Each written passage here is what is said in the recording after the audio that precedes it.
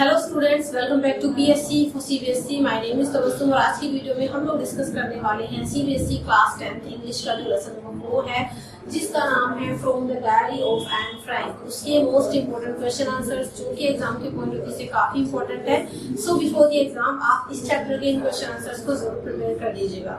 तो चलिए वीडियो को शुरू कर लेते हैं। चैनल पर न्यू है तो सब्सक्राइब कर ले, बेल आइकन को प्रेस कर ले सो दैट इसी तरीके की यूजफुल वीडियोस आप तक पहुंचती रहे, सारी अपडेट आप तक पहुंचती रहे। और हाँ, वीडियो को लाइक और शेयर भी जरूर कर देना। हमारे चैनल पर बहुत सारे आपके डिफरेंट सब्जेक्ट्स चल रहे हैं, तो आप न्यू सेशन के अकॉर्डिंग दूसरे सब्जेक्ट्स भी यहाँ से स्टडी कर सकते हैं। तो देखिए, from the diary of Anne Frank, जो कि ऑटोबायोग्राफी से लिया गया है इसकी एन फ्रैंक की। तो एन फ्रैंक जो कि आप देख सकते हैं, ये रही, उनका फोटो भी हमने यहाँ पर लिया है, ये थी एन फ्रैंक। और इसकी डिटेल एक्सप्लेनेशन हम ऑलरेडी अपलोड कर चुके हैं, लिंक आपको डिस्क्रिप्शन बॉक्स में मिल जाएगा। तो अच्छा होगा अगर आप इसकी स्टोरी भी पढ़ ले, ठीक है। तो एन फ्रैंक की डायरी से क्या लिया गया है और उसके इंपॉर्टेंट क्वेश्चन आंसर्स हम यहाँ पर अभी देखने वाले हैं। So let's see our first question, जो कि इस तरीके से है, ठीक है। पहला जो क्वेश्चन है और ये हमारे शॉर्ट क्वेश्चन आंसर्स हैं, उसके बाद हम लोग इसके लॉन्ग क्वेश्चन आंसर्स भी देखेंगे। तो फर्स्ट क्वेश्चन जो है उसमें हम पढ़ेंगे Anne is not alone in this world how, यानी जो एन फ्रैंक थी या है, मतलब वो इस दुनिया में अकेली नहीं है, कैसे। तो ये इस क्वेश्चन का आंसर आपको यहाँ पर देना है। आंसर है कि Anne is not alone in this world, कि एन फ्रैंक इस वर्ल्ड में अकेली नहीं है ना। She has loving parents and a 16 years old sister. और उनके प्यारे प्यारे से पेरेंट्स हैं, है ना। उनके loving, she has loving parents. इसके अलावा एक 16 ईयर की उनकी सिस्टर है। She has a deep intimacy with 30 people। और इसके अलावा वो ये भी बताती है कि फैमिली के अलावा, सिस्टर के अलावा उनकी डीप इंटीमेसी है, मतलब उनका काफी अच्छे ताल्लुकात है लगभग 30 लोगों से, 30 people से। She can call them friends. और वो कहती है कि मैं उन 30 people को मिलाकर फ्रेंड्स कह सकती हूँ कि हाँ भाई, मेरे लगभग 30 फ्रेंड्स हैं। She has a family, loving aunts and a sweet home. और एंड की जो है एक प्यारी सी फैमिली है, लविंग आंट्स है उनकी, और साथ ही साथ एक अच्छा सा प्यारा सा घर है। तो इस तरीके से and is not alone in this world, हम कह सकते हैं कि वो दुनिया में अकेली नहीं है, जो हमने पढ़ा है उनकी इस लेसन से, है ना। नेक्स्ट क्वेश्चन है, what does N think of having a true friend. तो एन क्या सोचती है एक ट्रू फ्रेंड होने के बारे में, कि अगर ट्रू फ्रेंड हो, एक सच्चा मित्र हो कोई, तो उसके बारे में एन क्या सोचती है। आंसर है, Anne thinks that one can have good time with a true friend. Anne को ऐसा लगता है, वो ऐसा सोचती है कि कोई भी इंसान अगर उसका कोई एक ट्रू फ्रेंड हो तो उसके साथ मतलब अच्छा टाइम इंसान का जाता है। सच्चा दोस्त होना बहुत जरूरी है। वो ऐसे कहती है कि हर किसी का एक अच्छा टाइम बीतता है ट्रू फ्रेंड के साथ। Friendship brings closeness and helps in confiding in each other. तो जो फ्रेंडशिप होती है ना, उससे इंसानों और लोगों में क्लोजनेस बढ़ती है ना, रिलेशन अच्छे होते हैं, है ना। और इसके अलावा लोगों के जो संबंध है वो भी अच्छे बनते हैं। फ्रेंडशिप बहुत अच्छा रोल प्ले करती है।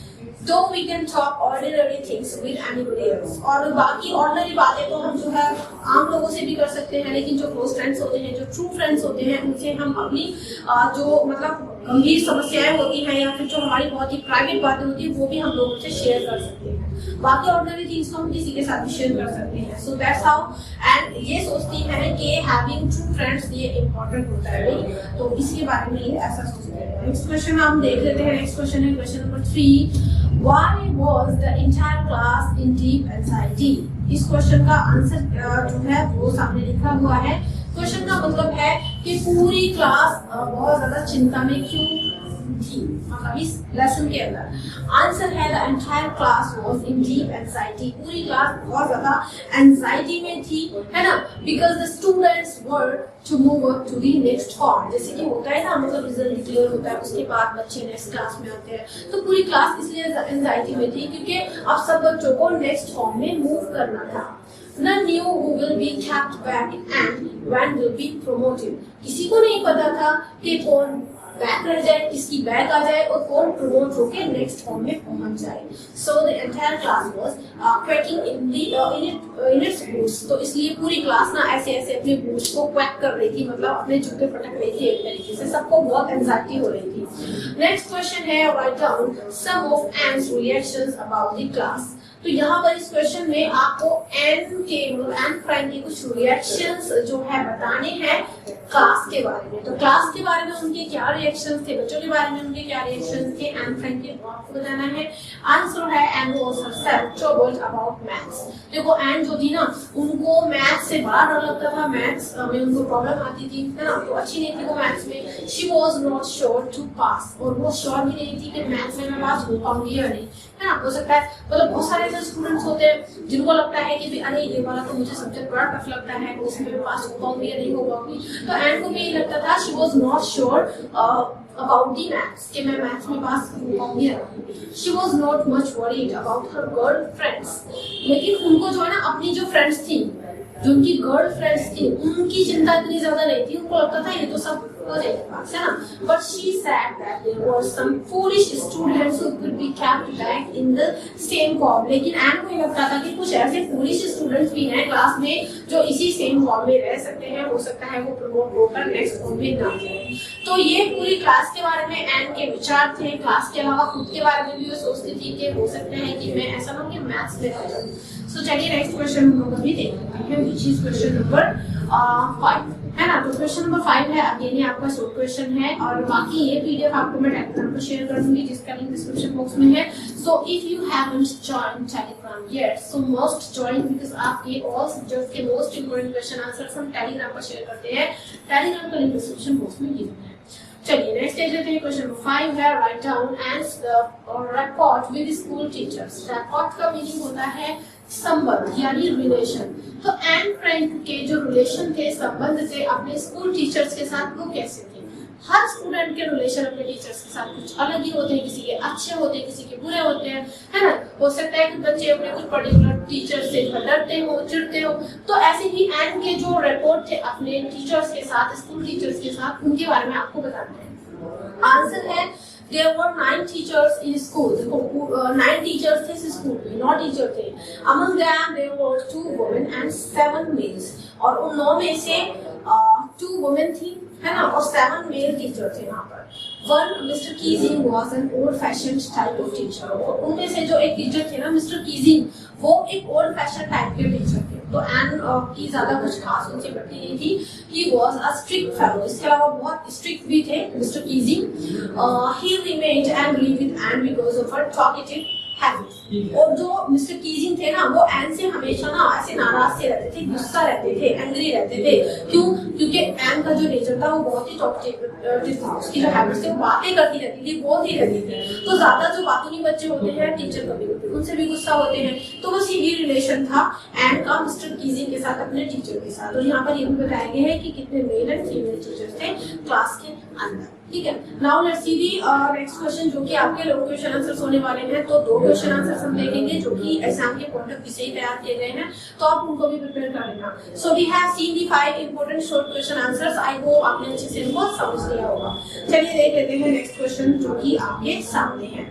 लॉन्ग क्वेश्चन है हमारा पहला, जिसको भी आप प्रिपेयर करिए। Right the character sketch of Anne Frank, मतलब मोस्ट इंपोर्टेंट क्वेश्चन है, जहां से इसको समझने के और पढ़ने के बाद ना आपकी शॉर्ट क्वेश्चंस भी कई सारे प्रिपेयर हो जाएंगे।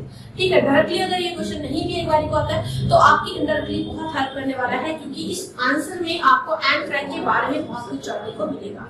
तो आंसर है इसका, Anne was very smart, sober, witty, intelligent, amiable and an attentive girl। तो देखो कितने सारी एन फ्रैंक की खूबियां यहाँ पर बता दी हैं इस एक ही सेंटेंस में।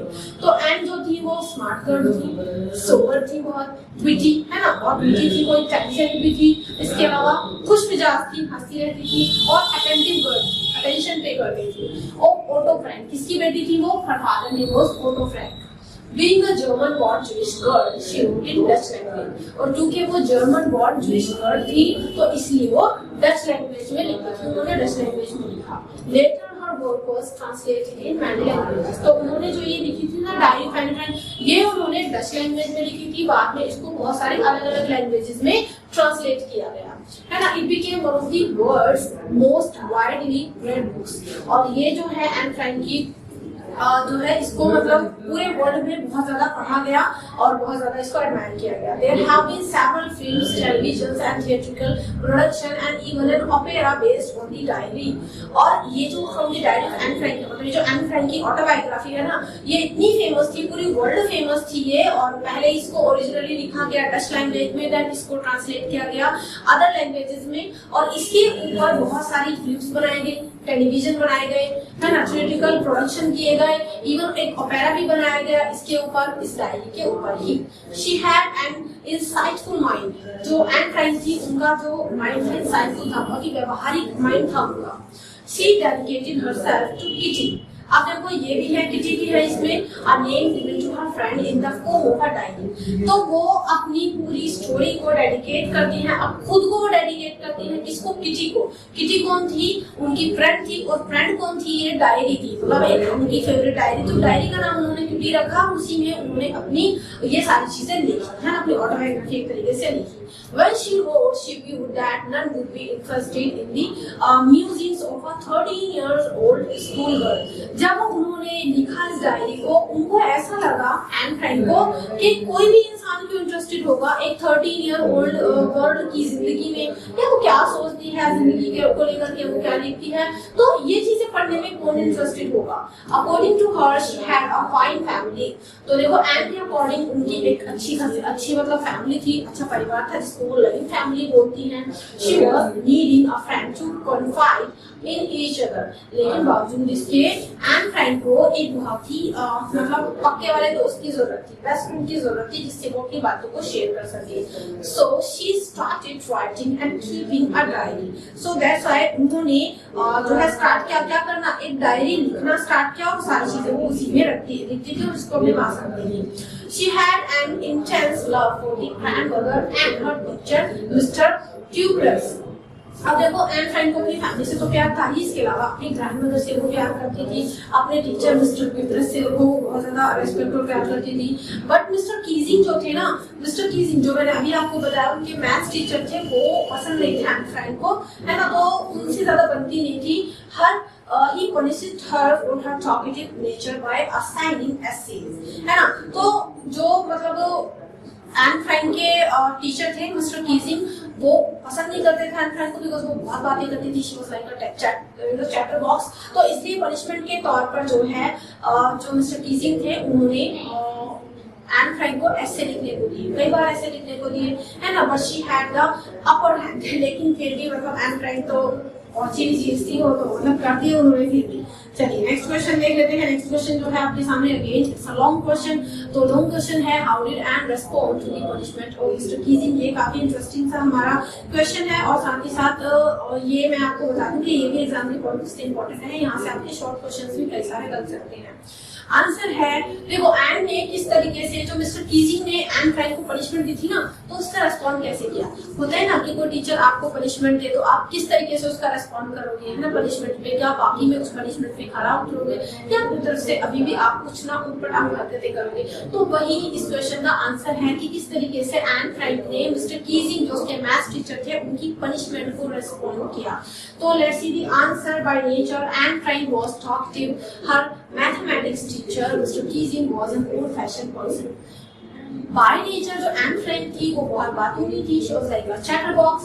और जो एन फ्रैंक के मैथमेटिक्स टीचर थे, जिनका नाम था मिस्टर कीजिंग, वो ओल्ड फैशन पर्सन थे। He did not like her nature of talking. और जो मिस्टर कीजिंग थे, उनको एन फ्रैंक का बातूनी जो नेचर था, मतलब बहुत ज्यादा वो बातें करती थी, वो अच्छा नहीं लगता था। He warned her several times, but to no result। तो मतलब मिस्टर कीजिंग ने ना कई बार वार्निंग दी कि तुम ज्यादा बातें मत करो, किसको, एन फ्रैंक को, लेकिन कोई फर्क नहीं पड़ा एन फ्रैंक पे। Then as a punishment he assigned her an essay, a chatterbox। तो इसलिए पनिशमेंट के तौर पर मिस्टर कीजिंग ने एन फ्रैंक को कहा कि तुम ऐसे लिखो, टॉपिक क्या दिया, चैटरबॉक्स, इसके ऊपर ऐसे लिखो। And pleaded that talking is a student's trait। तो एंड देखो यहाँ पर दलील देती है कि बातें करना तो हर एक स्टूडेंट का ट्रेट है, हर एक स्टूडेंट की विशेषता है, आप बातें करने से कैसे रोक सकते हो। She had inherited this quality from her mother। और वो कहती है कि मैंने ये क्वालिटी इनहेरिटेड की है अपनी मदर से, मेरी मदर भी बहुत बोलती है, ऐसा बोला यहाँ पर। The second time he assigned an incorrigible chatterbox. मतलब दोबारा भी जो है ना मिस्टर कीजी ने जो पनिशमेंट दी एंड फ्रैंक को, तो उसमें जो टॉपिक दिया इनकॉरिजिबल चैटरबॉक्स, चैटरबॉक्स के ऊपर मतलब असहनीय एक तरीके से बहुत बड़ा वाला चैटरबॉक्स, उसके ऊपर इन्होंने यहाँ पर दिया इनको punishment. It was also written by the girl. और देखो एंड फ्रैंक ने पहला वाला ऐसे के ऊपर भी आंसर लिख दिया और दूसरे के ऊपर भी ऐसे लिख दिया आराम से। As a more severe punishment he assigned to write an quack quack quack said mistress chatterbox. और जब 2 बार मतलब पनिशमेंट ले ली यहाँ पर एंड फ्रैंक ने, तो मिस्टर कीजी ने अगेन एक बार और पनिशमेंट दी और उस एसे का नाम उन्होंने बोला quack quack quack said mistress chatterbox. इस टॉपिक के ऊपर लिखो, है ना इंटरेस्टिंग टॉपिक। तो इंटरेस्टिंग टॉपिक है, देखो यहाँ पर this broad the whole class. और ये टॉपिक का नाम सुन के ना पूरी क्लास हाथ मारकर हंसने लगी। But there was one friend named Sam who helped her in writing the essay in words. लेकिन अब देखो यहाँ पर भी एन फ्रेंड ने कुछ ना कुछ मतलब मजेदार चीज की।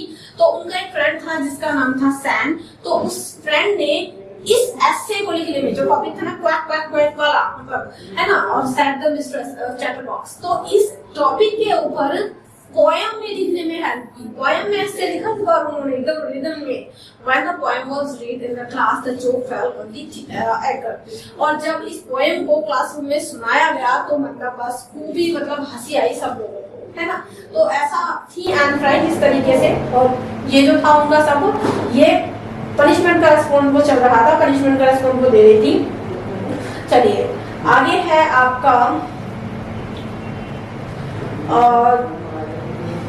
When the poem was read in the class, हाँ तो बहुत जोर से सब बच्चे क्लासरूम के अंदर he read it in the class and gave his comments a more severe punishment। अब देखो क्लासरूम में जो है पढ़ा मिस्टर कीजी ने उनकी इस पोएम को, फिर से punishment the. he assigned to write on quack quack quack sad mistress chatterbox. एक और मतलब यहाँ पर इनको इससे दिया गया इसी ऐसे ही टॉपिक पर this road the whole class, और इससे भी पूरी क्लास हंसी। But there was one friend named Sam who helped in writing the essay in words, है ना। तो ये आई थिंक रिपीट हो गया है। So guys, we have discussed the most important question answers of the diary from the diary of Anne Frank. I hope आपने सारे के सारे समझ लिए होंगे। प्रीवियस वीडियोस के लिंक आपको डिस्क्रिप्शन बॉक्स में मिल जाएंगे। क्वेश्चन आंसर्स आपको कितने समझ में आए हैं प्लीज मुझे कमेंट सेक्शन में फीडबैक जरूर शेयर करना। For all the latest updates और इसके अलावा डिफरेंट सब्जेक्ट्स की स्टडी के लिए PSC फॉर CBSE को जल्दी से सब्सक्राइब कर लें। एंड हाँ, ये PDF मैं टेलीग्राम पर शेयर कर दूंगी जिसका लिंक डिस्क्रिप्शन बॉक्स में दिया गया है, तो उसको भी ज्वाइन जरूर कर लीजिएगा।